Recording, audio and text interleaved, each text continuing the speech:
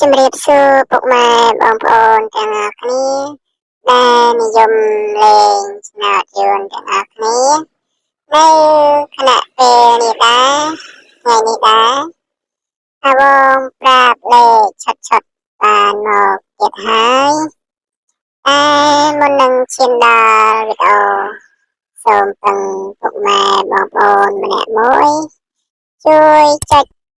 like វីដេអូនិង subscribe ម្នាក់មួយផងដើម្បីទទួលវីដេអូថ្មីជារៀងរាល់ថ្ងៃពី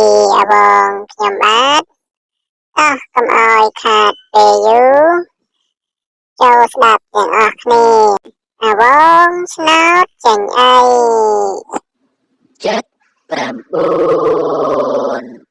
9បងឆ្នោតចេញអី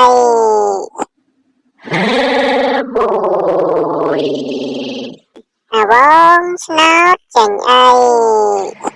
2 8